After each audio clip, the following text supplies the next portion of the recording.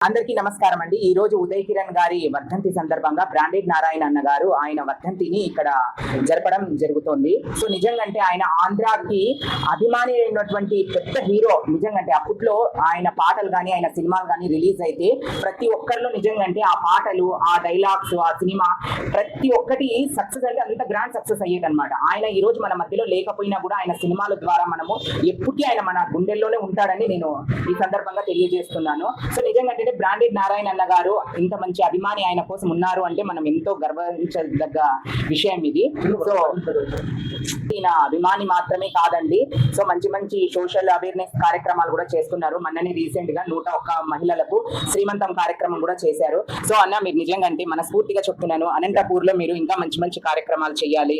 ఇంకా చాలా మందికి మరుగున పడిపోయిన వాళ్ళకు కూడా మీరు వెలుగులోకి తీసుకురావాలని నేను మనస్ఫూర్తిగా కోరుకుంటున్నాను. అన్న చనిపోయినాడు, అన్న వర్ధంతులు కావచ్చు, బర్త్డేలు కావచ్చు, ఎక్కడైనా కానీ సోషల్ మీడియాలో కనుక ఇక్కడ మీరు ఎప్పుడైనా జరుపుకోవాలంటే ఉదయం మర్చిపోకుండా అన్నయ్య ఫంక్షన్లు అయితే చేస్తా ఉండండి. ఎందుకంటే ఆయన ఒక రియల్ హీరో అన్నమాట.